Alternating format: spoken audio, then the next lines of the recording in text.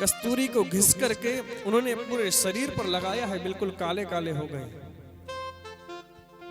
एक हाथ में शंख लिए हुए हैं, एक हाथ में गदा है और एक हाथ में चक्र है। भगवान के स्वरूप को बिल्कुल टू कॉपी कर लिया है उन्होंने, और सभी से यही कहते हैं कि मैं भगवान हूं और मुझे भगवान की तरह मेरी पूजा करो। और सभी भक्त उनकी पूजा अर्चना करने लगे और कहते हैं कि जय पौंड्रक देवा स्वामी, जय पौंड्रक देवा, भक्त जनों के प्रभु जी, भक्त जनों के प्रभु जी, प्राणन के देवा,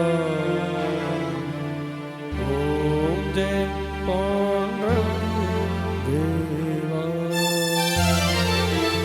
सभी उस पौंड्रक का जिस प्रकार से भगवान का पूजन करते हैं सभी। जैसे ही भगवान श्री कृष्ण को पता चला है तो भगवान श्री कृष्ण आए हैं उद्धव जी के साथ में, और मेरे प्रभु ने उस पौंड्रक का भी उद्धार कर दिया। यहां पर भगवान श्री कृष्ण कहना चाहते हैं कि हे राजर्षि परीक्षित, जितना भाव भगवान बनने में नहीं है उससे कई गुना भाव तो भक्त बनने में है। जो सिद्धि आप भक्त बनकर के प्राप्त कर सकते हैं, जितना आप भक्त बनकर के प्राप्त कर सकते हैं, उतना आप भगवान बनकर के प्राप्त नहीं कर सकते। सुखदेव जी यही भाव कहना चाहते हैं कि जितना भगवान बनकर के फायदा आप उठाना चाहते हैं, कभी फायदा मिल नहीं सकता। तुम तो केवल भक्त बनो और भगवान की आराधना करो, उससे आप स्वयं परमपिता परमात्मा को अपने बंधन में रख सकते हो, क्योंकि भगवान भक्तों के बंधन में रहते हैं और भक्त जब चाहे जैसा चाहे उसको नचाता है। क्योंकि भगवान स्वयं कहते हैं कि मैं तो भक्तों के बंधन में हूं, और भक्तों के बंधन में रह करके भगवान उनके कार्यों को भी पूर्ण करते हैं। तो श्री सुखदेव जी महाराज कहते हैं कि हे राजन, धीरे धीरे जैसे ही समय व्यतीत हुआ है, द्वारिकापुरी में सभी रहते हैं, तो आज नारद जी महाराज द्वारिकापुरी में आए हैं और आकर के उनके यहां पर रहने लगे, और उनके यहां पर जैसे ही रहे हैं, कई समय धीरे धीरे व्यतीत हुआ, और वहां पर रह करके वो देखते हैं कि भगवान श्री कृष्ण द्वारिका में रह करके एक एक पत्नी के साथ में रहते हैं। कभी उनको ऐसा महसूस नहीं हुआ कि भगवान श्री कृष्ण हमसे दूर हैं। 16,108 पत्नियां हैं, तो 16,108 स्वरूपों को धारण करके वह प्रत्येक के पास में रहते हैं, और जैसे ही वह उनके यहां से बाहर निकलते हैं तो एक स्वरूप धारण करके निकलते हैं, और जैसे ही द्वारिका में प्रवेश करते हैं तो 16,108 रूप धारण करते हैं। कभी प्रद्युम्न जी के साथ में खेल रहे हैं, तो कभी अनिरुद्ध जी के साथ में खेल रहे हैं, कभी रुक्मिणी जी के साथ में विराजमान हैं, तो कभी मित्रविंदा के साथ में विराजमान हैं। अलग अलग रूप में भगवान द्वारिका में रह करके अनेक अनेक लीलाएं कर रहे हैं। यही नारद जी देख रहे हैं। एक बार नारद जी ने कहा है भगवान से कि हे गोविंद, आजकल पांडवों को राज्य गद्दी मिल गई है, और उन्होंने मन में विचार है कि वो राजसूय यज्ञ करें, और उन्होंने आपको वहां पर बुलाया है, और जाकर के आप उनकी मनोकामना को पूर्ण करें, क्योंकि उन्होंने आपको बुलाया है कि वो आप आए और यज्ञ को सफल करें। तो इंद्रप्रस्थ भगवान जाते हैं और जाने से पहले वहीं पर एक राजा का दूत आता है और भगवान श्री कृष्ण से कहता है कि हे प्रभु, जरासंध नाम का एक राजा है जिसने भगवान श्री कृष्ण के ऊपर 17 बार आक्रमण किया था, लेकिन भगवान श्री कृष्ण ने 17 बार उसको पराजित किया और 18वीं बार जैसे ही उसने आक्रमण किया तो भगवान श्री कृष्ण ने उसको छोड़ करके द्वारिकापुरी आ गए। तो दैत्य वो अनेक पाप करने लगा है। उसने अनेक राजाओं को बंदी बना करके अपने जेल में डाल दिया है और उसके मन में भाव है कि भैया जैसे ही यह 20,000 हो जाएंगे तो इनकी हम एक साथ में नर बलि देंगे। नर बलि देने के लिए, उन राजाओं की नर बलि देने के लिए उस जरासंध ने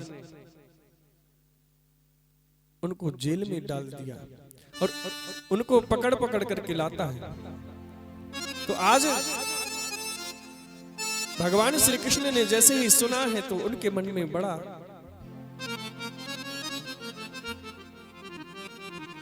दर्द सा हुआ और उनके नेत्र सजल हो गए। उन्होंने कहा कि आप चिंता मत करें, आप जाइए और उन राजाओं से कह दे कि आप चिंता मत करो, हम शीघ्र ही कोई ना कोई ऐसा उपाय करेंगे जिसके द्वारा आपकी उस जेल से मुक्ति हो जाए। इधर भगवान श्री कृष्ण उन पांडवों के पास में आए हैं और जैसे ही पांडवों के पास में आए, आकर के उनसे कहा कि आपने क्या सभी को जीत लिया है? जितने भी राजा हैं, राजसूय यज्ञ होता है तो उसमें सभी को जीतना पड़ता है पहले। तो जैसे ही देखा तो पांडव कहने लगे कि प्रभु, हमने सभी को जीत लिया लेकिन एक अभी रह गया है। कौन? बोले जरासंध। उसके ऊपर हम अभी तक विजय प्राप्त नहीं कर सके हैं। तो भगवान श्री कृष्ण ने मन में विचार किया कि यह आज बड़ा अच्छा समय है और भैया जो इतना बड़ा पाप करने जा रहा है जरासंध, 20,000 राजाओं की नरबलि देने के लिए जा रहा है, तो उसको अगर हम छल से मारें तो उसमें कोई पाप नहीं लगेगा। तो भगवान श्री कृष्ण ने भीम दादा को साथ में लिया है, अर्जुन को साथ में लिया है और उनके स्वरूपों को बदला है। भीम को बनाया है ब्राह्मण और अर्जुन बन गए हैं पंडित जी और स्वयं अपना स्वरूप को बदला है और तीनों लोग पहुंच गए हैं जरासंध के पास में। वहां जाकर के उन्होंने भिक्षा में मल्ल युद्ध मांगा है, तो भीम के द्वारा जरासंध का उद्धार हुआ है। भगवान श्री कृष्ण एक तिनके को चीर करके भीम को बताते हैं और भीम उसी प्रकार से उस जरासंध का वध करते हैं और वहां से अनेक धन लेकर के आते हैं और जरासंध का जो पुत्र है उसको राजा बनाते हैं और वहां से वापस आते हैं तो राजसूय यज्ञ हो रहा है। सभी राजसूय यज्ञ में तैयारी कर रहे हैं और सभी ने अपनी अपनी एक सेवा ले ली है। और सबसे पहली सेवा है दान, कि दान किसकी जिम्मेदारी दी जाए कि कौन दान करे।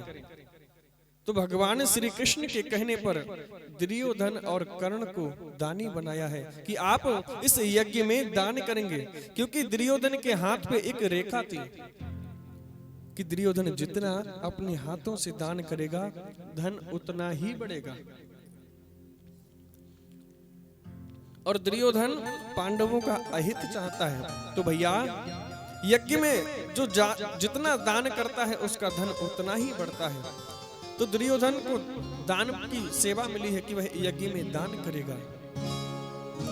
भीम दादा को भोजन की सेवा मिली है, क्योंकि जो भैया जैसा खाता है वैसा खवाना भी जानता है, क्योंकि भीम दादा खूब खाते हैं और खूब खिलाना भी जानते हैं। तो आज भीम दादा ने भोजन की व्यवस्था पकड़ी है। अब रह गए हैं द्रौपदी मैया ने सभी को भोजन परोसने की सेवा ली है और सभी ने अपनी अपनी सेवाएं ली हैं, लेकिन भगवान श्री कृष्ण कहते हैं कि भैया हम भी तो इस यज्ञ में आए हैं, हमें भी तो कोई सेवा दीजिए।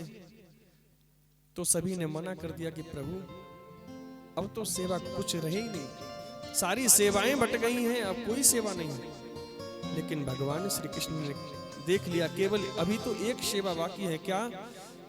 तो भगवान श्री कृष्ण कहने लगे हम सभी की सेवा यह करेंगे कि जितने भी भक्त आएंगे इस यज्ञ में, संत आएंगे, ब्राह्मण आएंगे, महात्मा आएंगे, सभी के चरणों को हम पखारेंगे, सभी के चरणों को हम धुलेंगे, सभी की जो पगैयाएं हैं, पैरों में पहनने वाली खड़ाऊ हैं, सभी को उनको हम साफ करेंगे, और जितने भी वो भोजन करके जाएंगे उनकी जो झूठन है हम उसको उठाएंगे। तो भगवान श्री कृष्ण उन के सभी के चरणों को पखारते हैं, उनके चरणों को धुलते हैं। जैसे ही यज्ञ प्रारंभ हुआ है तो सर्वप्रथम यही पूछा गया कि प्रथम से पूजा किसकी हो। सहदेव जी पूछते हैं कि भैया इस यज्ञ में पहली पूजा किसकी की जाए।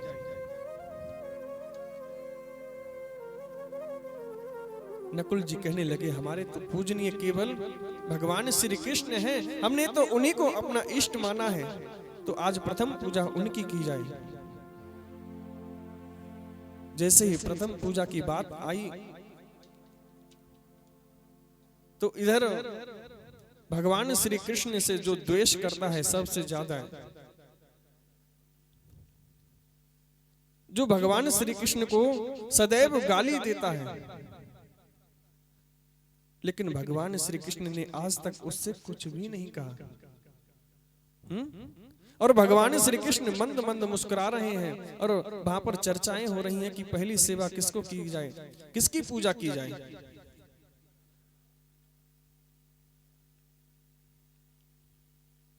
धीरे धीरे समय व्यतीत हुआ, भगवान श्री कृष्ण ने उस यज्ञ को सफल कराया है, और उसी यज्ञ में दुर्योधन वगैरह आए हैं।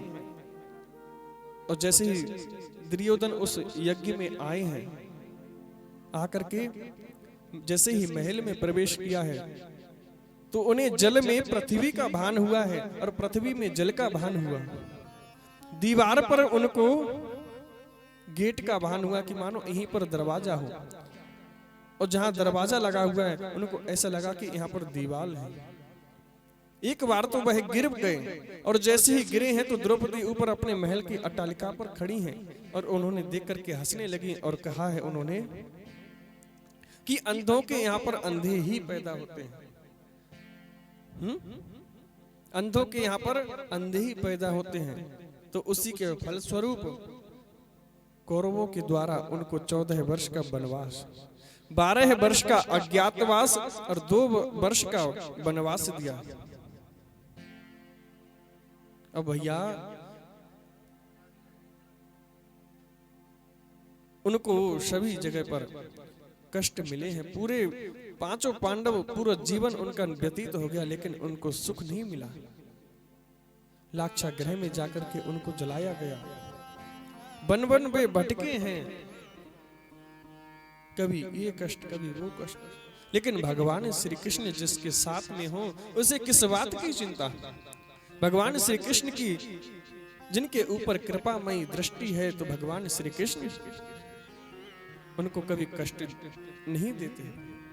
आज जैसे ही वह उनका वनवास पूरा हुआ है, भगवान श्री कृष्ण के पास में आए हैं और भगवान को शांति दूत बना करके भेजा है।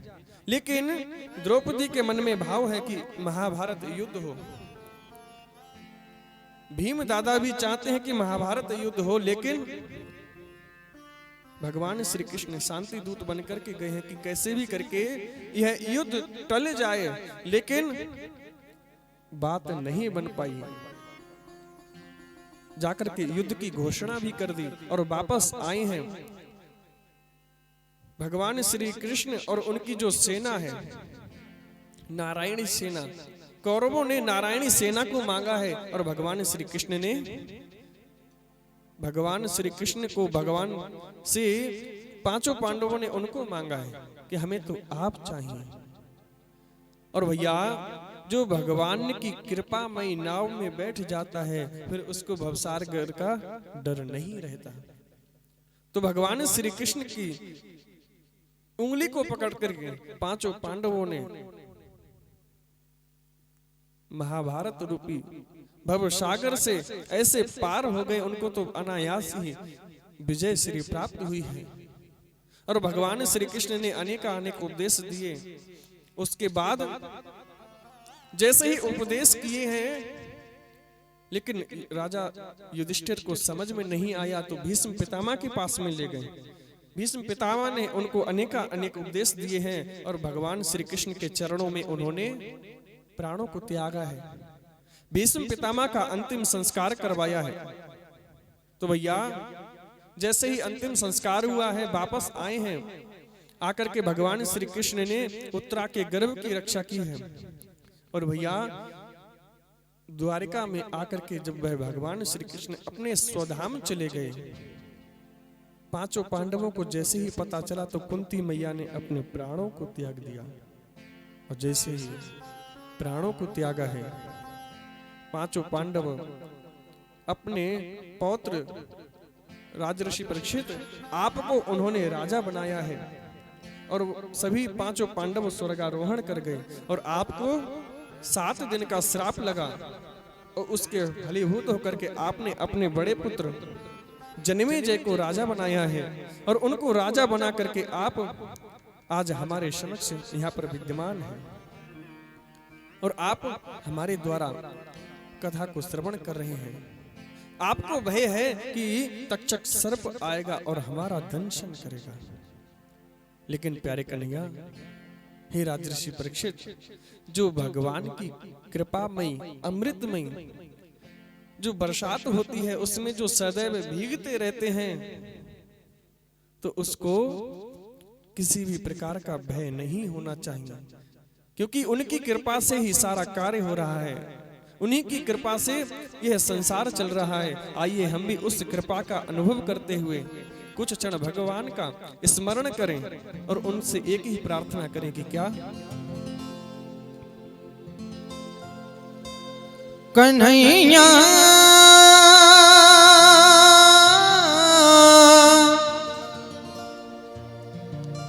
मेरे प्यारे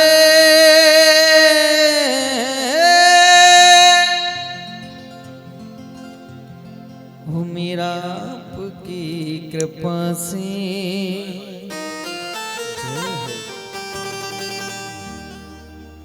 सब काम हो रहा है।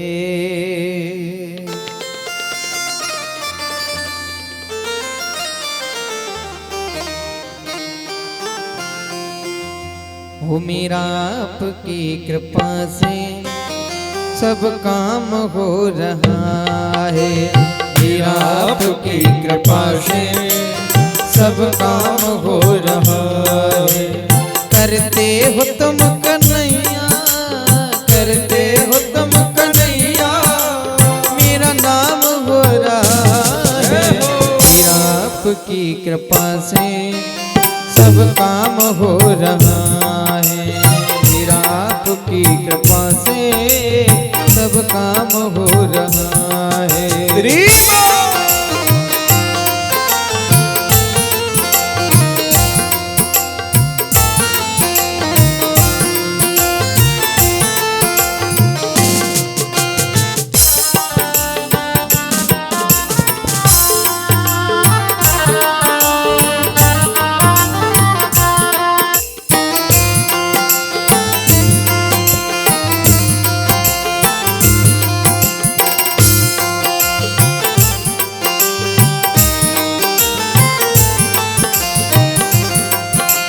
पतवार के बिना ही मेरी नाव चल रही है। पतवार के बिना ही मेरी नाव चल रही है। बिन मांगे है कन्हैया हर चीज मिल रही है। बिन मांगे है कन्हैया हर चीज मिल रही है। तेरा दामन दामन,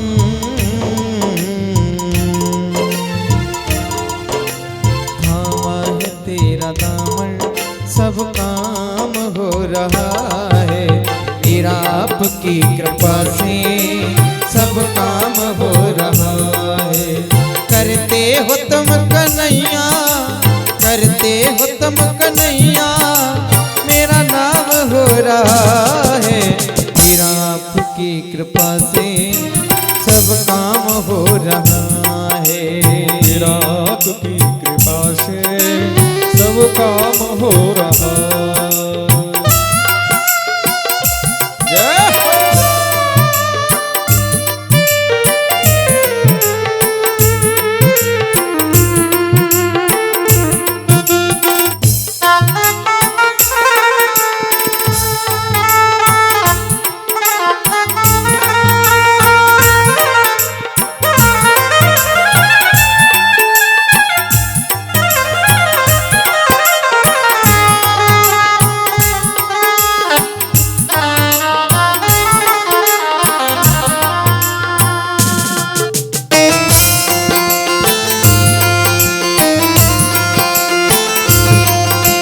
तुम साथ हो जो मेरे, किस चीज की कमी है।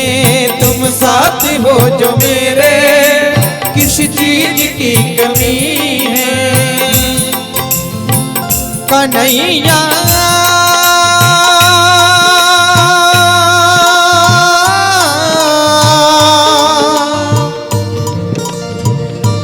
मेरे प्यारे,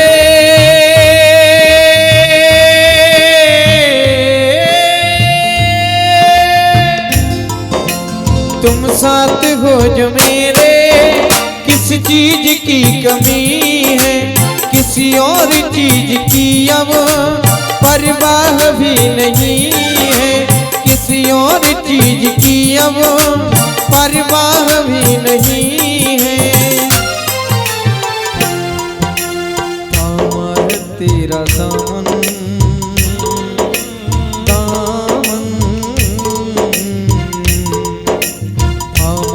तेरा दामन, सब काम हो रहा है।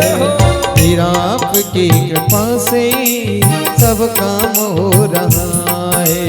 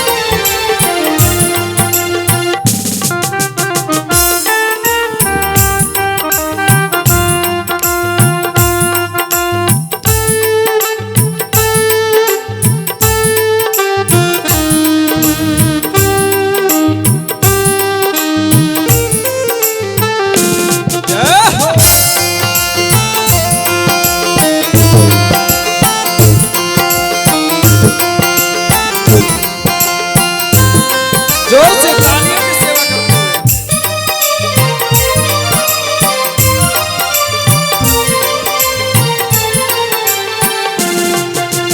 करते हो तुम कन्हैया, करते हो तुम कन्हैया, मेरा नाम हो रहा है। तेरा आपकी कृपा से सब काम हो रहा है। तेरा आपकी कृपा से सब काम हो रहा है। करते हो तुम कन्हैया, करते हो तुम कन्हैया, मेरा नाम हो रहा है। तेरा आपकी कृपा से सब काम हो रहा है। तेरा आपकी कृपा से सब काम हो रहा है। तेरा आपकी कृपा से सब काम हो रहा है। कन्हैया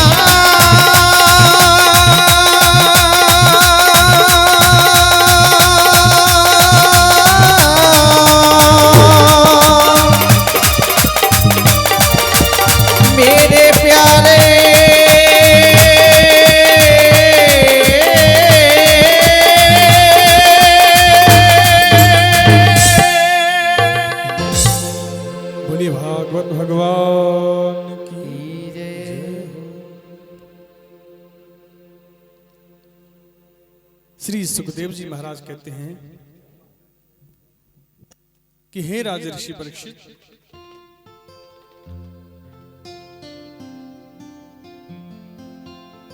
जिसके ऊपर मेरे गोविंद की कृपा हो जाए उसका बेड़ा पार हो जाता है। फिर उसको इस भवसागर में बार बार घूमने का, बार बार चक्कर लगाने का, ये जो उसको प्राप्त होता है वह भवबंधन से मुक्त हो जाता है। और वही कृपा आज आपके ऊपर हुई है। हे राजर्षि परीक्षित, हम आपको एक ऐसा प्रसंग अब सुनाने जा रहे हैं और इसके बाद में आपको फिर किसी चीज को श्रवण करने की आवश्यकता नहीं पड़ेगी।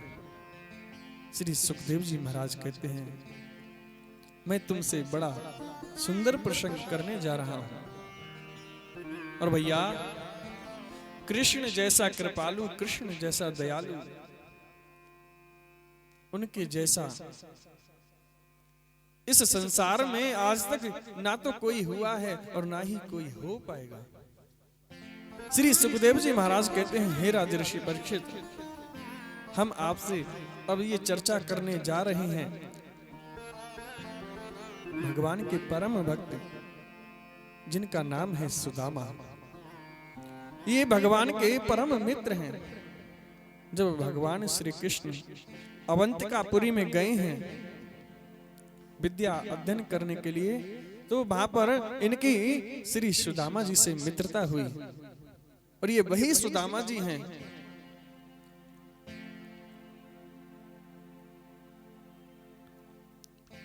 इनका जीवन बिल्कुल सादा जीवन जीते।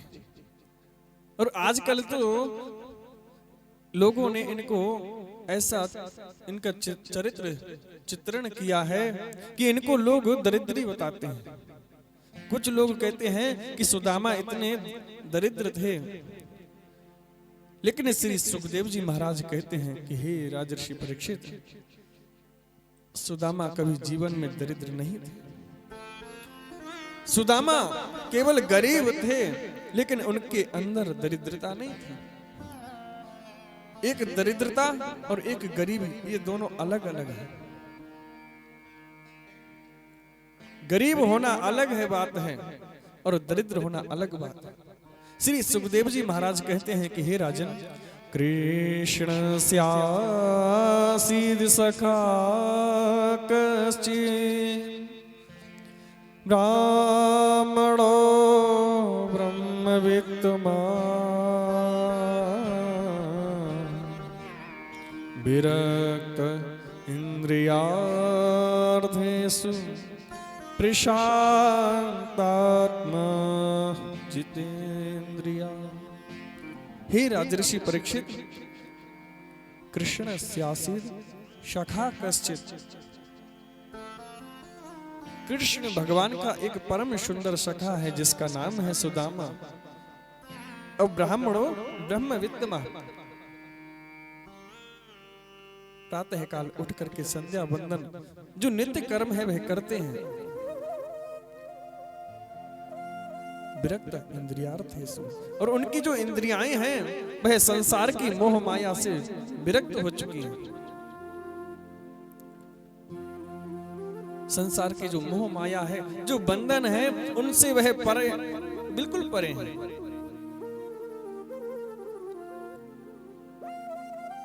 प्रशांत आत्मा, और वह सदैव उसी में प्रसन्न रहते हैं और भगवान का भजन करते हैं। और भैया, कभी कभी तो वह भूखे ही सो जाते हैं। क्यों? क्योंकि वो गरीब हैं। लेकिन आज के समय में उनका ऐसा चरित्र चित्रण किया है कि लोग उनको दरिद्री कहते हैं। दरिद्र में और गरीबी में बहुत बड़ा अंतर है। एक बार क्या हुआ, एक महात्मा जा रहे थे और उनको रास्ते में एक सिक्का मिला है, 1 रुपए। और उस रुपए को मन में विचार किया लेकर के कि इस सिक्के को हम उसके हाथ में देंगे जो सबसे ज्यादा इस संसार में दरिद्र होगा। अब देखिए दरिद्र की परिभाषा क्या है। किसे दरिद्र कहते हैं और किसे गरीब कहते हैं। उन महात्मा के मन में विचार आया है कि जो सबसे ज्यादा दरिद्र होगा इस संसार में, यह सिक्का हम उसके हाथ में रखेंगे, उसको यह दे देंगे। सभी जगह भ्रमण किया है, गुरुद्वारे पर गए हैं, मंदिरों में गए हैं, जाकर के देखा, लेकिन कहीं पर भी दरिद्र व्यक्ति नहीं मिला, कहीं पर भी दरिद्री नहीं दिखाई दिया। और जैसे ही एक बार वे कहीं से भ्रमण करते हुए जा रहे थे तो देखा रास्ते में अनेक सेना उधर से रास्ते से आ रही हैं और उसके बीच में एक राजा भी है। एक राजा दूसरे राजा पर चढ़ाई करने के लिए जा रहा है, युद्ध करने के लिए। तो किसी ने कहा कि अरे महात्मा जी सामने से हट जाओ, राजा आ रहा है और उसकी सेना आ रही है, अगर आप उनके रास्ते से नहीं हटोगे तो वो मार देंगे आपको। महात्मा जी कहने लगे कोई बात नहीं, आने दो। अरे जरा एक बार कारण तो पूछते हैं कि एक राजा दूसरे के राजा के ऊपर प्रहार करता है, युद्ध करता है, क्यों करता है? अरे वो लड़ने के लिए जा रहे हैं तो कोई ना कोई तो कारण होगा। तो आज जैसे ही वह राजा पास में आया है, संत महात्मा ने उनको रोका है और रुक करके उनसे पूछा है कि तुम कहां जा रहे हो? तो वह राजन कहने लगे कि हे महात्मन, हम हमारे जब पड़ोसी का जो राजा है, हम उसके ऊपर युद्ध करने जा रहे हैं। क्यों? क्योंकि हमारे लिए धन की आवश्यकता है, हम उसका राज्य छीनना चाहते हैं, उसके राज्य को हम जीतना चाहते हैं और अपने राज्य में मिलाना चाहते हैं। वो संत कहने लगे कि राजन, क्या तुम्हारे पास कोई धन की कमी है, क्या राज्य की कमी है? बोले नहीं, राज्य की कमी नहीं है, धन भी हमारे पास अपार है, लेकिन हम अपने राज्य को और बढ़ाना चाहते हैं। महात्मा जी तुरंत समझ गए कि इससे ज्यादा बड़ा दरिद्री और कोई नहीं हो सकता, इससे ज्यादा बड़ा दरिद्र और कोई नहीं। क्यों? क्योंकि उसके पास धन होने के बावजूद भी वह और चाह कर रहा है कि हमारा राज्य, हमारा धन और बढ़े। जिसके पास धन दौलत होने के बाद भी उसको प्राप्त करने की और इच्छा जागृत हो, वही दरिद्री है। क्योंकि जिसका मन असंतुष्ट है, जिसका मन संतोषी नहीं है, वही आज के समय में सबसे बड़ा दरिद्री है। और ब्राह्मण को तो वही संतुष्टि होना चाहिए। क्यों? क्योंकि असंतुष्टः द्विजा नष्टः। जो असंतोषी होता है, जो असंतोषी ब्राह्मण होता है, वह नष्ट हो जाता है। इसीलिए ब्राह्मण को कहा गया है असंतुष्टः द्विजा नष्टः। और वैसे भी ब्राह्मण तो सदैव ही संतोषी है। आज सुदामा जी भगवान का भजन करते हैं और उनकी एक पत्नी है, वे अपने स्वामी की नित्य प्रति सेवा करते हैं और उनसे कहते हैं कि हे स्वामी, आप भगवान का इतना भजन करते हैं, उनकी इतनी सेवा करते हैं, पूजा करते हैं, हमने तो सुना है कि भाई आपके बचपन के मित्र हैं। उनकी मित्रता बचपन में ही आपके साथ में हुई, लेकिन हमने सुना कि आज वह द्वारिका के धीश है, राजा है और द्वारिका स्वर्ण की बनी हुई है। अरे एक बार उनके पास जाते क्यों नहीं? नित्य प्रति भजन करते हो, बच्चे भी भूखे सो जाते हैं, एक दिन खाते हैं तो दूसरे दिन खाने को नहीं मिलता। सुबह को भोग लगाया ठाकुर जी का और भोजन पा लिया, लेकिन शाम को पता नहीं भोजन मिले या ना मिले। क्यों? क्योंकि गरीब इतने हैं। लेकिन सुदामा जी के मन में ऐसी कोई भी कामना नहीं है कि वह गोविंद के पास जाएं और जाकर के उनसे धन दौलत मांगे, क्योंकि यह जो धन दौलत है, यह जो माया है, यह एक ना एक दिन नष्ट होनी है। और जो भगवान का भजन है वही साथ जाना है। लेकिन जो उनकी पत्नी है वह चाहती हैं कि मेरे स्वामी एक बार भगवान श्री कृष्ण के पास में जाएं और जाकर के उनसे कहें कि हमें कुछ ना कुछ धन दो।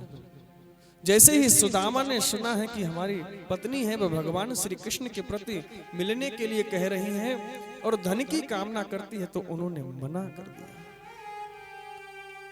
कि हे देवी, अगर तुम्हारे मन में यह भाव है कि हम जाएं और जाकर के द्वारिकाधीश से धन लेकर के आएं, तो पूरा जीवन बीत जाएगा, कभी द्वारिका नहीं जाएगा।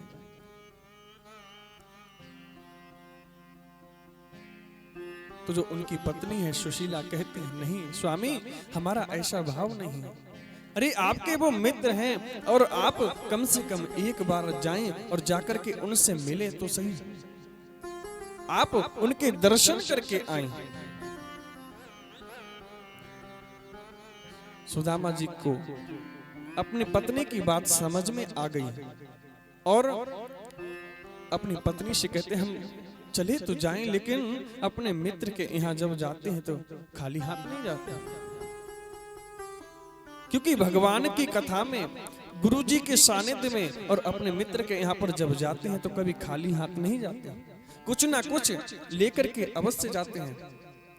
फल, पुष्प, मेवा, मिष्ठान, कुछ ना कुछ अवश्य लेकर के जाएं। तो आज सुदामा जी ने जैसे ही अपनी पत्नी से कहा है कि हे देवी, घर में इतना एक अन्न का दाना नहीं है जो अपने साथ में ले जाएं, यहां से जाएंगे तो उनको क्या खिलाएंगे। कन्हैया पूछेगा कि अरे सुदामा जी, तो हमारी भाभी ने तुम्हारे लिए क्या भेजा, तो हम क्या दिखाएं। तो भैया सुदामा जी की पत्नी ने कहा, स्वामी आप स्नान करके भगवान का भजन करें, हम अभी आते हैं और आपको कुछ भेंट देते हैं। तो आज सुशीला गई हैं और 5 घरों से जाकर के चावल लेकर के आई हैं और मन में उनके भाव है, नेत्रों से अश्रु की धारा बह रही है और गोविंद से उन चावलों को इकट्ठा किया है और गोविंद से यही कहते हैं कि हे गोविंद, हम आपको ये जो चावल बांध करके दे रहे हैं, क्योंकि 5 जगह से वो चावल आए हैं, तो हर जगह के अलग अलग चावल हैं। किसी के घर से चावल वो जो लेकर के आई हैं तो उनके घर के चावल टूटे हुए हैं, किसी के घर के चावल ज्यादा साफ हैं तो किसी के घर के चावल पीले वाले हैं। 5 तरह के चावल लेकर के आई हैं, एक फटे से कपड़े में बांधा है और सुदामा जी से कहा है कि आप जाएं और जाकर के गोविंद का दर्शन करें और उनको ये भेंट अवश्य देना। तो आज जैसे ही उस पोटली में वो चावल बांधे हैं तो नेत्रों की अश्रु धारा बह रही है और वह अश्रु की धारा उस चावल में गिर रही है। जैसे अश्रु की धारा से वह चावल भीगे हैं और पोटली बांध करके सुदामा जी को दी है और सुदामा जी जैसे ही चले हैं वहां से भगवान श्री कृष्ण से मिलने के लिए, तो उनसे मन में भाव है कि आज हमें अपने भगवान श्री कृष्ण के दर्शन होंगे। और भैया आज के समय में पत्नी भी ऐसी ही होनी चाहिए जो भगवान से मिला दे, क्योंकि आज सुशीला भगवान से मिलाने के लिए उनसे प्रार्थना करती है कि हे स्वामी, आप मेरे गोविंद से, अपने मित्र कृष्ण से एक बार मिलने जाओ। तो उनके कहने से आज सुदामा जी गए हैं और जा रहे हैं। तो आज केवल 1 दिन का रास्ता है, लेकिन उनको 6 महीने बीत गए, लेकिन अभी सुदामा जी द्वारिका नहीं पहुंच पाए।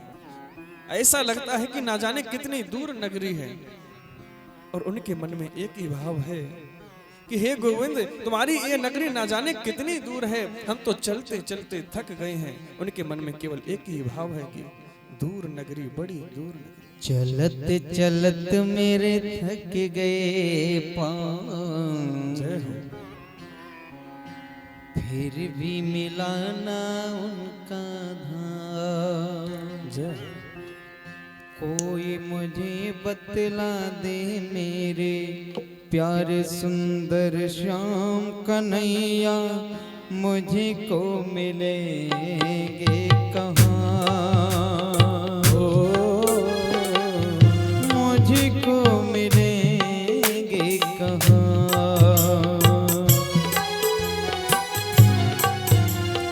चलत चलत मोर थक गए पाँव, फिर भी मिला ना उनका धाम।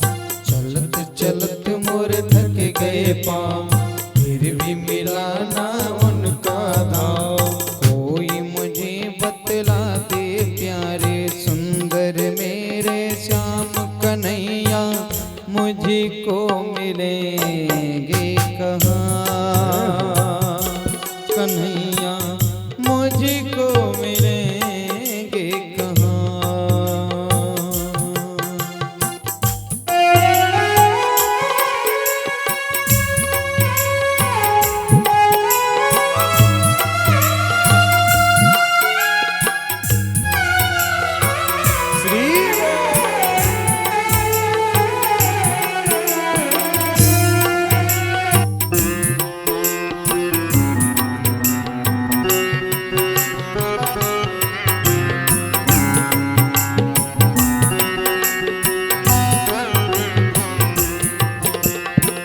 सबके दुख हरने वाला मेरा दुख हरेगा, सबके दुख हरने वाला मेरा दुख हरेगा। बचपन की भूल का तू इतना दुख देगा, बचपन की भूल का तू इतना दुख देगा। वैसे तो तुझ पर भरोसा, वैसे तो तुझ पर भरोसा है मोहन, देखते ही मुझको तू पहचान लेगा। चलत चलत मोरे थक गए पाँव, फिर भी मिला ना उनका धाम। चलत चलत मेरे थक गए पाँव, फिर भी मिला ना उनका धाम। कोई मुझे बतला दे मेरे प्यारे सुंदर श्याम कन्हैया, मुझको मिलेंगे कहाँ, कन्हैया मुझको मिलेंगे कहाँ।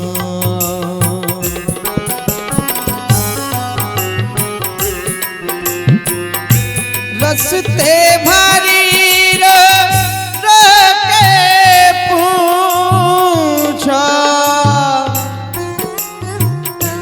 हमसे पैर के छालों ने,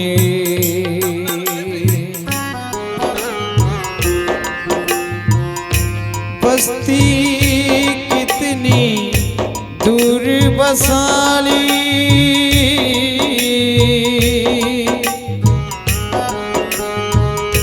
दिल में बसने वालों ने। अरे कन्हैया चलते चलते हार गया,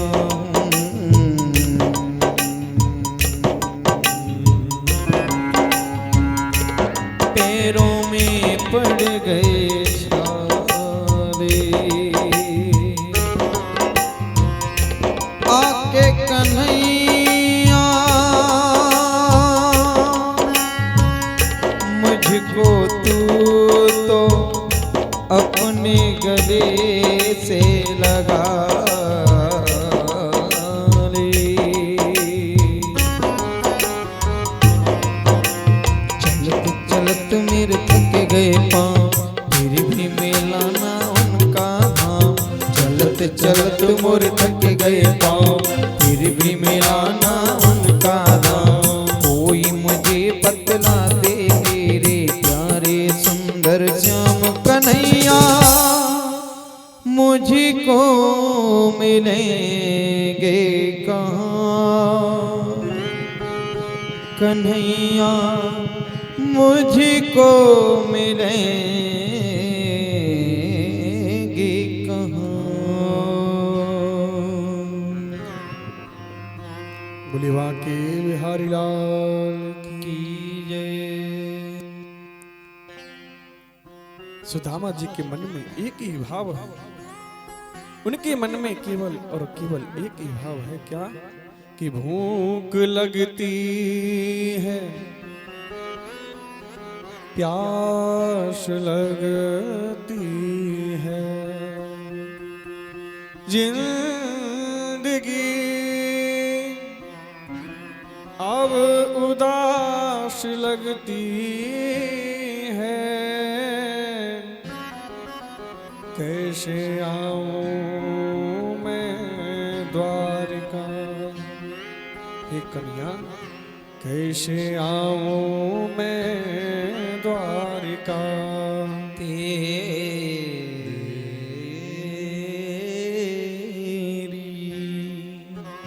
आस भी अब निराश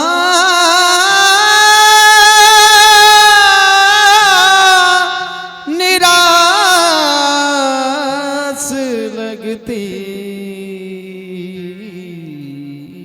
है। धीरे धीरे वह गए हैं और जैसे ही उस समुद्र के पास में पहुंचे हैं तो यही भाव है, अब तो आस भी निराश लगती है, कैसे आए, सायं काल हो गया है। और जैसे ही देखा कि एक नाविक है और वह नाव चला रहा है, उसको आवाज लगाई कि भैया पास में आ। जैसे ही नाविक ने आवाज को सुना है तो दौड़ करके आया है और उनको नाव में बैठा लिया। और जैसे ही नाव में बैठे हैं तो भैया कहने लगे कि हमारे पास कुछ देने के लिए नहीं है। तो नाविक ने कहा कि कोई बात नहीं, आप बैठ जाइए, हम आपको ऐसे ही पार कर देंगे। और वह कन्हैया नाविक के रूप में आए हैं, क्योंकि जब भगवान का भक्त निराश हो जाता है तो भगवान एक पल की देरी नहीं करते हैं उसके ऊपर कृपा करने के लिए। तो भगवान श्री कृष्ण स्वयं नाविक का रूप धारण करके आए हैं और उनको समुद्र को पार कराया है। और जैसे ही अवंतिकापुरी से और जैसे ही द्वारिकापुरी पहुंचे हैं, किनारे पर जैसे ही उतारा है तो कुछ दूरी पर द्वारिका है। सुदामा जी उतरे हैं और उतर करके नाविक से पूछा कि भैया द्वारिका अभी कितनी दूर है। जैसे ही पूछा कि द्वारिका कितनी दूर है तो पहले तो सुदामा जी की तरफ देखा है, क्यों इतने महीने हो गए चलते चलते पैर टूट गए, थक गए, पैरों में बीबाई खिल गई हैं क्योंकि उनको अब चला नहीं जा सकता। सुदामा जी को देख करके नाविक कहने लगा, भैया आपकी स्थिति देख करके तो ऐसा लगता है कि अभी आपको 3 महीने लग जाएंगे। निराश हो गए और निराश होकर के वहीं पर पेड़ के नीचे सो गए हैं। और प्रातः काल जैसे ही हुआ है उठे हैं तो देखा कि सुंदर सुंदर अट्टालिकाएं हैं। भगवान श्री कृष्ण ने अपनी योग माया के द्वारा श्री सुदामा जी को अपनी द्वारिका में बुला लिया। और जैसे ही द्वारिका में आए हैं द्वारपाल के पास में खड़े हैं और उनसे कहते हैं कि आप जाएं और जाकर के इस द्वारिका के जो धीश हैं भगवान श्री कृष्ण, वो मेरे बचपन के सखा हैं और हम उनसे मिलना चाहते हैं। तो उनकी जो द्वारपाल है उन्होंने कहा है कि आप चिंता ना करें, हम अभी जाते हैं और स्वामी से कह करके अभी आते हैं, आप कुछ क्षण यहाँ पर रुकिए। वैसे तो यहाँ पर ब्राह्मण किसी भी समय आए उसका सदैव स्वागत है, उसको पूछने की जरूरत नहीं पड़ती, लेकिन अभी वो भोजन कर रहे हैं, उनका भोग लगाने का समय है, तो आप कुछ क्षण रुक करके हम उनसे पूछ करके आते हैं। तो आज उनके जो द्वारपाल हैं वो अंदर गए हैं। बड़े दिन हुए बिछड़े सखा से, ए द्वारपालो मिलने दो। हो बड़े दिन हुए बिछड़े सखा से, ए द्वारपालो मिलने दो। बड़े दिन हुए बिछड़े सखा से, ए द्वारपालो मिलने दो। नहीं देखा है बरसों से उसको, नहीं देखा है बरसों से उसको। तनिक मुझे तक लेने दो। बड़े दिन हुए बिछड़े सखा से, ए द्वारपालो मिलने दो।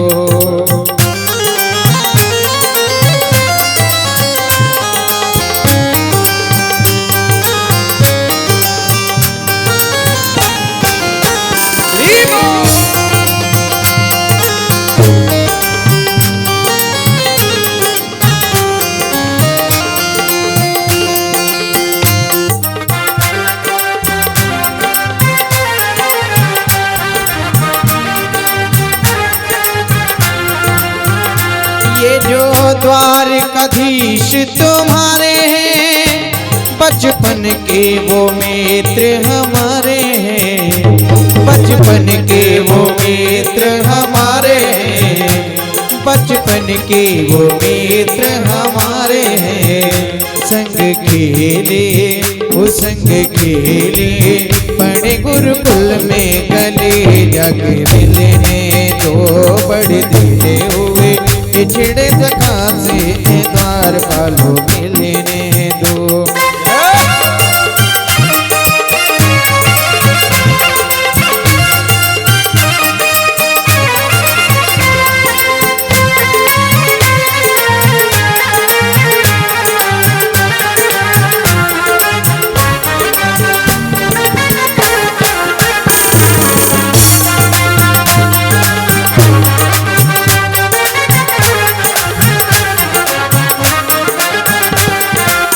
द्वार पर एक निर्धन आया है, पाव नंगे हैं उगरी काया है। पाव नंगे हैं उगरी काया है। शीस पगड़ी वो शीस पगड़ी ना, जगह उसके तन पे कहीं है तुझसे मिलने को। बड़े दिन हुए बिछड़े सखा से, द्वारपालो मिलने दो।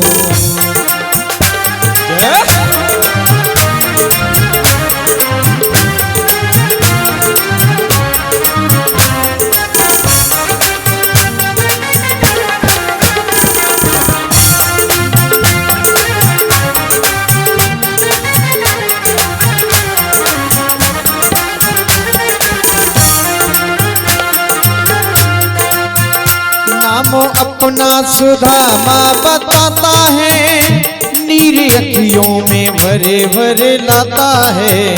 नीर अखियों में भरे भरे लाता है। कहता है मैं वो कहता है मैं, सखा श्याम का हूँ महल में जाने दो। बड़ी दिन हुए बिछड़े सखा से, द्वारपालो मिलने दो।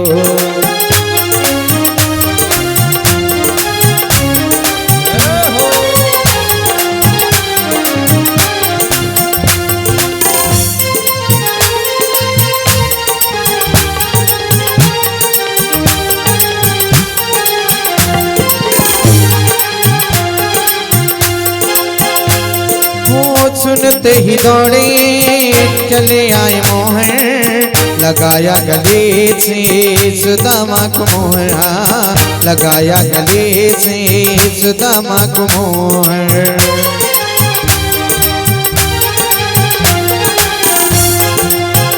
सिंहासन पे सुदामा बिठाए हैं, बैठे कदमों में मान बढ़ाए हैं। बैठे कदमों में मान बढ़ाए हैं। नैन भरे आए देख गरीबी आंसुओं से लगे रोने वो। बड़े दिन हुए बिछड़ सका से द्वार पालो मिलने दो। बड़े दिन हुए बिछड़ सका से द्वार पालो मिलने दो। द्वार पालो मिलने दो। द्वार पालो मिलने दो। द्वार पालो मिलने दो। बोलिए द्वारकाधीश भगवान की। द्वारपालों ने जाकर के भगवान श्री कृष्ण से कहा, तो भगवान श्री कृष्ण दौड़ करके आए हैं और भगवान ने आकर के सुदामा को गले लगाया और गले लगाने के बाद में सिंहासन पर जाकर के बिठाला है। नेत्रों के अश्रुओं से उनके चरण को पखारा है और आपस में बतला रहे हैं, आपस में वार्तालाप कर रहे हैं कि हे सुदामा, आप इतने दिनों के बाद आए। हमको तो ऐसा लगे कि आप तो हमको भूल गए, आपने तो हमें भुला दिया। अरे कभी हमारी याद नहीं की, और ये स्थिति कैसे हो गई? अरे तुम तो जो पहले थे आज भी वही हो। बचपन में जब हम तुम्हारे साथ में खेलते थे तो हंसी हंसी में, हास्य व्यंग में हम आपसे कहते थे कि सुदामा भैया आप शादी कर लो, तो आप मना कर देते थे कि भैया हमें शादी नहीं करनी, विवाह नहीं करना, हमें तो केवल भगवान को भजन करना है। तो हे सुदामा भैया आप हमें ये बताओ कि तुमने ब्याह कियो या नहीं कियो? सुदामा जी भगवान श्री कृष्ण की इस सरलता को देख करके मन ही मन मुस्कुरा रहे हैं और विचार करते हैं कि आज भी मेरा गोविंद बदला नहीं है। क्यों? क्योंकि जिस प्रकार से वह पहले था आज भी उसका भाव वही है। क्योंकि भगवान अपने भक्त के लिए सब कुछ करने को तैयार रहते हैं।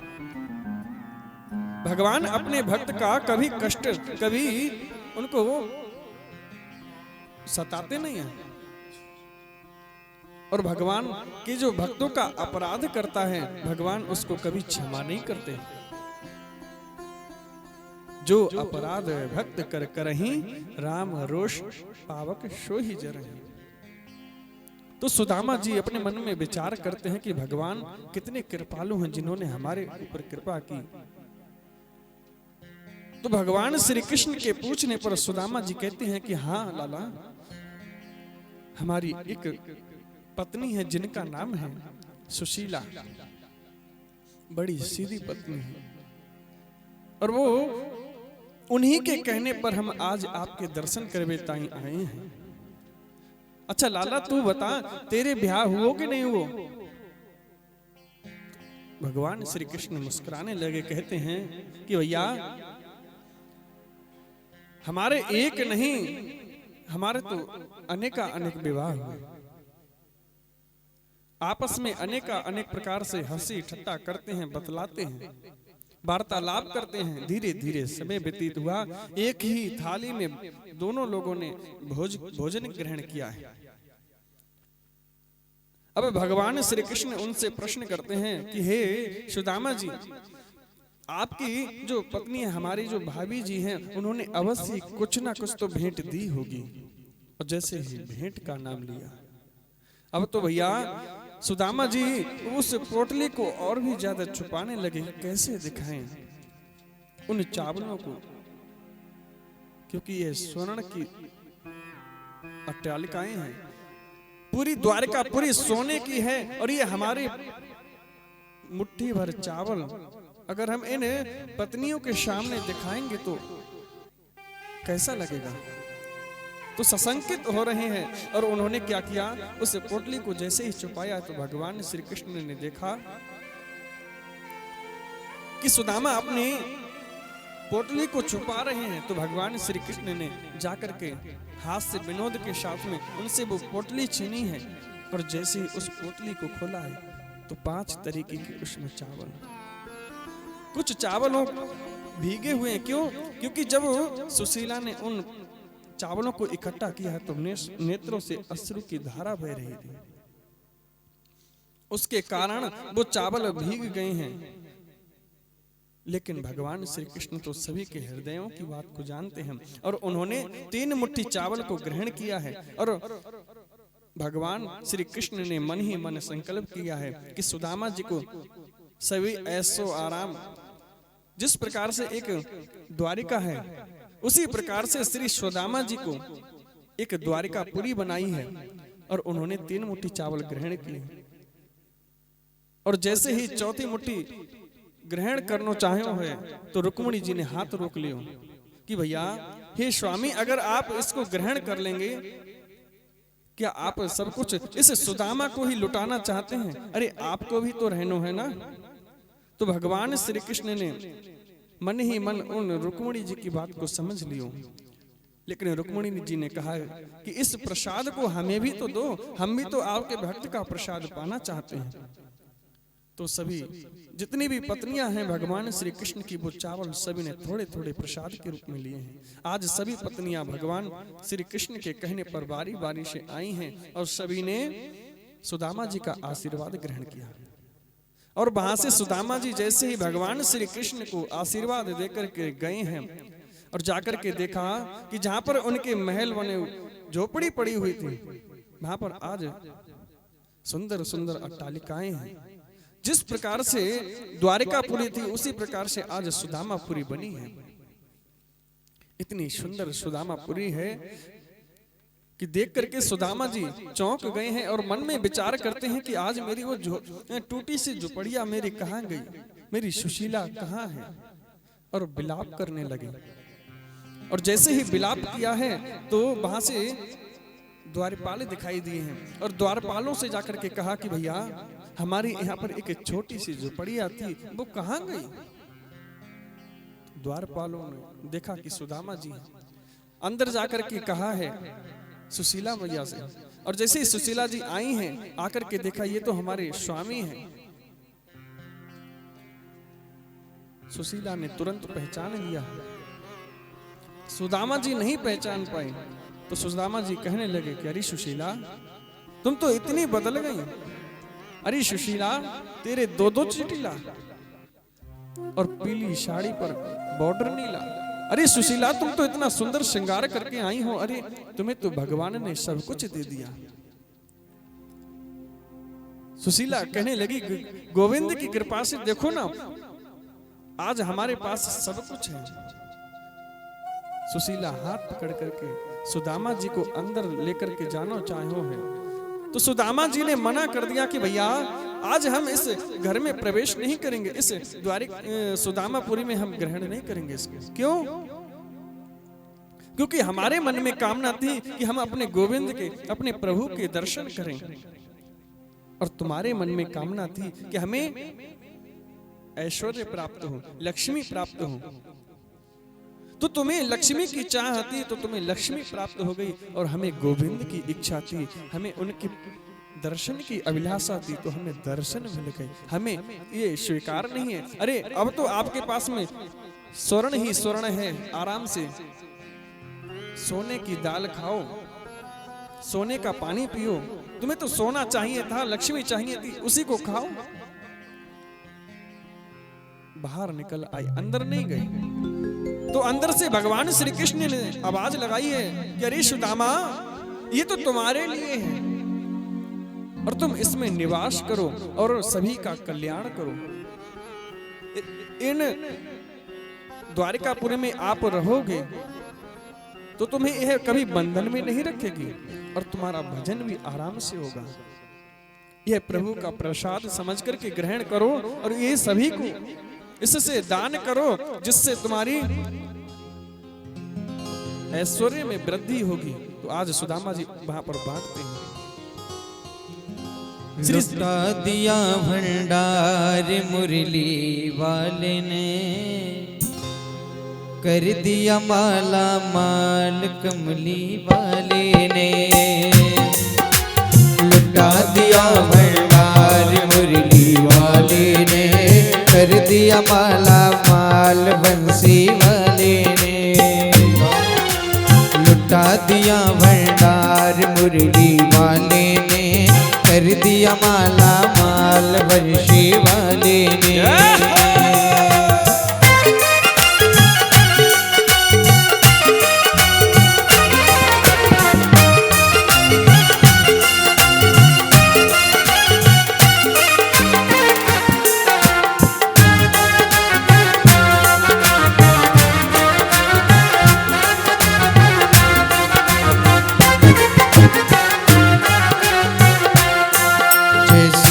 भावना लाया वैसा ही फल वो पाया, जैसी जो भावना लाया वैसा ही फल वो पाया, नहीं खाली उसे लौटाया वो मन ही मन हर्षाया,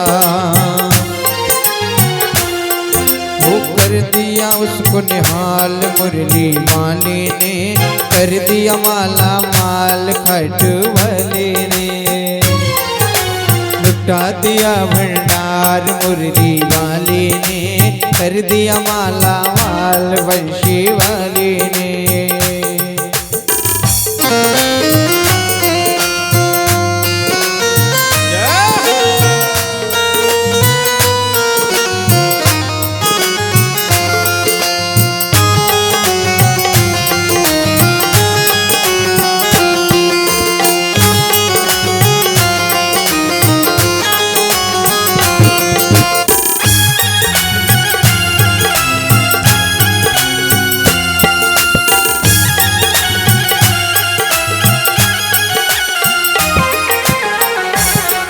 जो लगने लगाया सच्ची नहीं उसकी नाव कभी अटकी, जो लगने लगाया सच्ची नहीं उसकी नाव कभी उटकी, बेड़े को पार लगाया बेड़े को पार लगाया, नहीं देर करे वो पल की, वो मिटा दिया जंजाल मुरली वाले ने, लुटा दिया भंडार मुरली वाले ने, लुटा दिया भंडार मुरली वाले ने, कर दिया माला माल बंशी वाले ने, लुटा दिया भंडार मुरली वाले ने, कर दिया माला माल बंशी वाले ने, कर दिया माला माल बंशी वाले ने, कर दिया माला माल बंशी वाले ने, कर दिया माला माल बंशी वाले। बोली भागवत भगवान की जय हो। आज भगवान श्री कृष्ण ने सब कुछ सुदामा के प्रति सब कुछ न्यौछावर कर दिया है और उनको आशीर्वाद दिया कि हे सुदामा जी आप यहाँ पर रह करके सभी का कल्याण करें। अब श्री सुखदेव जी महाराज श्रवण कथा को श्रवण कराते हुए आज अंतिम समय आ चुका है, तो उन्होंने राजर्षि परीक्षित से एक ही प्रश्न किया कि हे राजर्षि परीक्षित, आपने अभी तक सातों दिन आपने हमसे निरंतर प्रश्न किए, लेकिन आज एक अंतिम प्रश्न हम आपसे करना चाहें। क्या?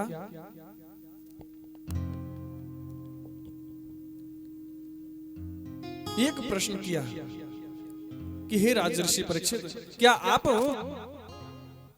मरेंगे? क्या आप मरेंगे? क्योंकि आपने सबसे पहले यही प्रश्न किया था कि मरने वाले के लिए क्या करना चाहिए, और आपने आज निरंतर 7 दिन से मेरे गोविंद की कथा को सुना है।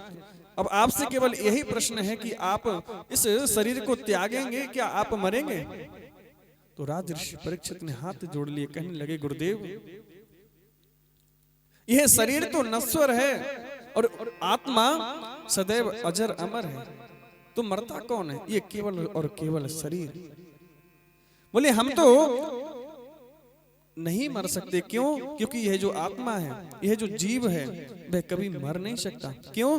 नैनम छिंदन्ति शस्त्राणि नैनम दहति पावका। ना तो इस आत्मा को शस्त्र अस्त्र मार सकते हैं, ना आग इसको जला सकती है, तो हमें भय काहे का? जैसे ही इस उत्तर को सुना है तो सुखदेव जी महाराज प्रसन्न हो गए, कहने लगे अब तुम्हें किसी भी बात का भय नहीं है। और श्री सुखदेव जी महाराज ने राजर्षि परीक्षित से विदाई ली। और भैया जब तक श्री सुखदेव जी महाराज वहां पर विद्यमान है तब तक तक्षक आ नहीं सकता। लेकिन एक संत ने उनको श्राप दिया है तो अवश्य ही उसको पूर्ण करना है। तो आज सुखदेव जी महाराज ने जैसे ही विदाई ली है, उनके जो पुत्र हैं जन्मेजय परीक्षित जी के, उन्होंने अनेक व्यवस्थाएं की हैं सर्प को ना आने के लिए। जैसे ही सर्प आया है तो वहां पर रास्ते में उनको कश्यप ऋषि मिल गए, उन्होंने उनको रोका है। लेकिन उस तक्षक सर्प ने उनको अधिक धन दे करके उनको वहां से विदा किया। और अंतिम में सूक्ष्म रूप धारण करके राजर्षि परीक्षित को उनसे दंशन किया है। और राजा ऋषि परीक्षित वे तो पहले से ही समाधि में थे, क्योंकि वे तो इस शरीर को पहले ही छोड़ चुके थे, गोलोक को गमन कर चुके। लेकिन उस श्राप को पूर्ण करने के लिए उस तक्षक सर्प ने आकर के राजर्षि परीक्षित को दंशन किया है। उनका देह जल करके भस्मीभूत हुआ। और इधर क्रोधित होकर के उनके जो पुत्र हैं जिनका नाम है जन्मेजय, उन्होंने सर्प यज्ञ किया। लेकिन आस्तिक मुनि जी के कहने पर उन्होंने उस यज्ञ का त्याग किया है और सभी से प्रार्थना की कि केवल और केवल गोविंद का भजन करो। क्योंकि श्री सुखदेव जी महाराज ने अंतिम समय में केवल एक ही बात कही कि हे राजर्षि परीक्षित, इस संसार में कुछ भी साथ नहीं जाएगा, केवल और केवल भगवान का नाम जाता है। तो आइए हम भी उस नाम का संकीर्तन करते हुए भगवान से केवल एक ही प्रार्थना करें। क्या? नाम संकीर्तनम यस्य, नाम संकीर्तनम यस्य, यस्य पाप प्रणाशनम, यस्य पाप प्रणाशनम, प्रणामो दुख शमनस्, प्रणाम दुख शमनस्, तम नमामि हरिं परम, तम नमामि हरिं परम। श्री सुखदेव जी महाराज ने कहा, नाम संकीर्तनम यस्य सर्व पाप प्रणाश।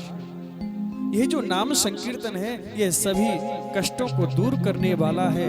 और हे राजर्षि परीक्षित, आप सदैव भगवान का स्मरण करो और हम सभी को भी सदैव भगवान का स्मरण करना चाहिए।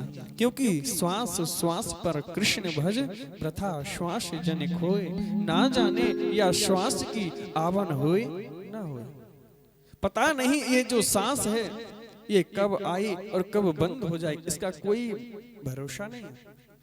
तो इसलिए भगवान का सदैव भजन करो। आइए कुछ क्षण हम भी भगवान का भजन करें, उसके बाद में आरती। राम का नाम लेकर जो मर जाएंगे, राम का नाम लेकर जो मर जाएंगे, वो अमर नाम दुनिया में कर जाएंगे, वो अमर नाम दुनिया में कर जाएंगे।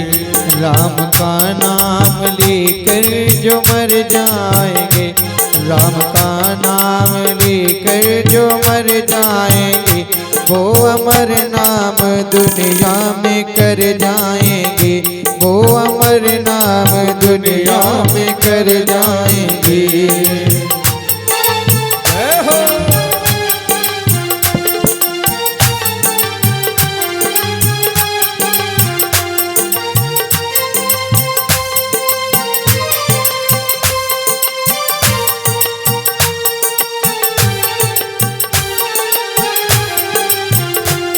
ये ये मानो न मानो खुशी आपकी, हम मुसाफिर हैं कल अपने घर जाएंगे, हम मुसाफिर हैं कल अपने घर जाएंगे। राम का नाम लेकर जो मर जाएंगे, राम का नाम लेकर जो मर जाएंगे, वो अमर नाम दुनिया में कर जाएंगे, वो अमर नाम दुनिया में कर जाएंगे।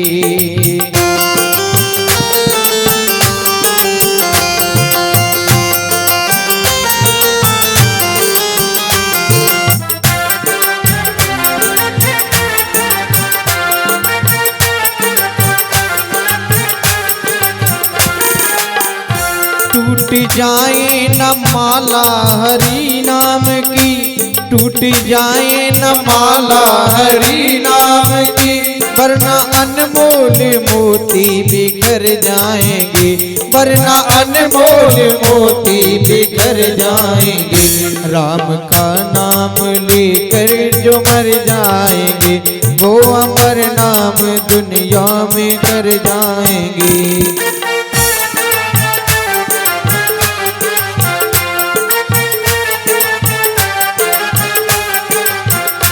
आप मानो न मानो खुशी आपकी, आप मानो न मानो खुशी आपकी, हम मुसाफिर हैं कल अपने घर जाएंगे, राम का नाम लेकर जो मर जाएंगे, राम का नाम लेकर जो मर जाएंगे, वो अमर नाम दुनिया में कर जाएंगे, वो अमर नाम दुनिया में कर जाएंगे, वो अमर नाम दुनिया में कर जाएंगे।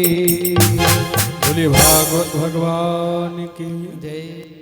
ओम जले न शीतलीकरणम पुष्पै देवाभिवंदनम।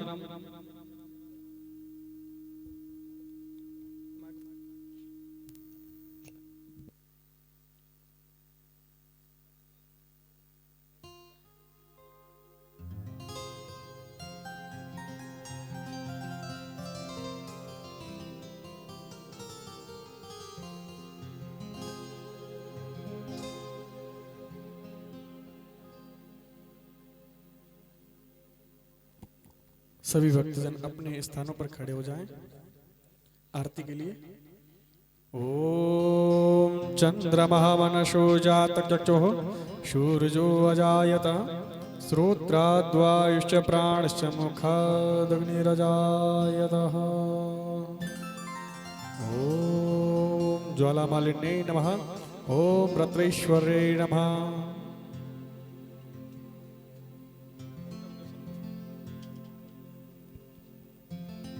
धूप दीप से करूं आरती, सांवरिया सरकार हो। बड़े भाव से गाइए। धूप दीप से करूं आरती, सांवरिया सरकार हो।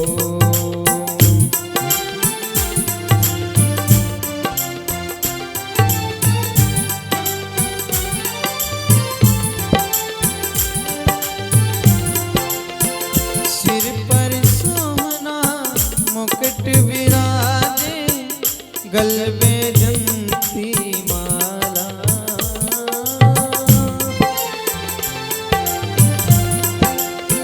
सुंदर श्याम सलोना मेरा, सुंदर श्याम सलोना मेरा, गिरधारी गोपाल हो। धूप दीप से करूं आरती, सांवरिया सरकार हो।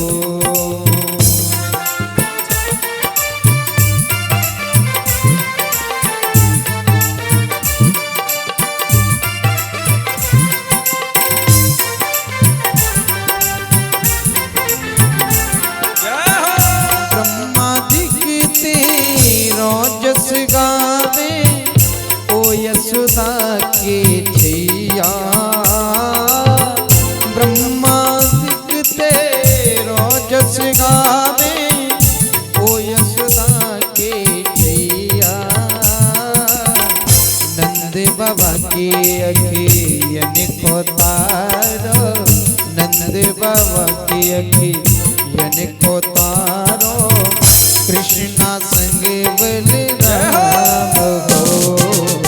धूप दीप से करूं आरती, सावरिया सरकार हो। भक्त तुम्हारी आरती गावे, जग के पालनहारी। इच्छा पूर्ण कर दो सबकी, इच्छा पूर्ण कर दो सबकी, जग के पालनहार हो। धूप दीप से करूं आरती, सावरिया सरकार हो।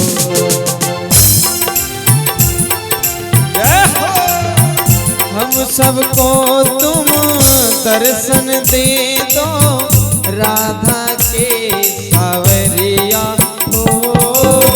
हम सबको तुम दर्शन दे दो, राधा के सावरिया। मनमोहन पर में बारी जाऊं, मनमोहन पर बारी जाऊं, रख लो मेरी लाज हो। धूप दीप से करूं आरती, मेरे भाग्यवान हो। कर्पूरी गौरम करुणावतारम, संसार सारम भुजगेन्द्रहारम, सदा वसंतम हृदयारविंदे, भवं भवानी शयतं नमामि।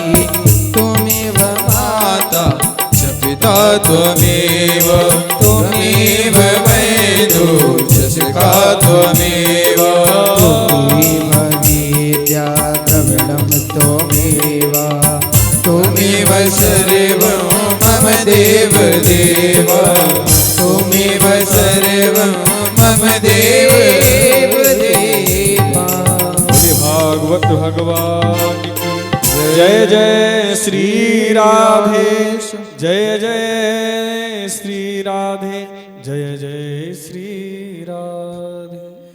जलेन शीतलीकरणोद्योः शान्तिरन्तरिक्षं शान्तिः पृथिवी शान्तिरापः शान्तिरोगदयः शान्तिः वनस्पतयः शान्तिर्वेदेवः शान्तिर्ब्रह्म शान्तिः त्रोगं शान्तिः शान्तिरेव शान्तिः श्यामा शान्तिरेधि यतो इतः शमीयसे ततो न अभयं कुरु।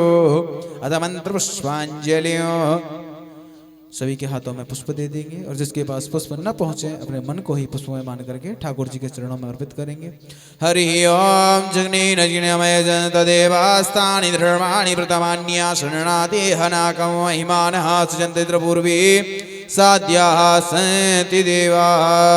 हरि ओम एकदन्ताय विद्महे वक्रतुण्डाय धीमहि तन्नो दन्ती प्रचोदयात्।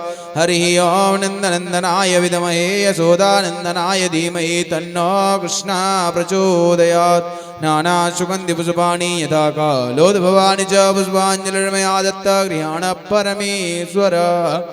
मंत्रपुष्पाञ्जलिं समर्पयामि। बोले भागवत भगवान की जय, काशी विश्वनाथ भगवान की जय, राधा रानी सरकार की।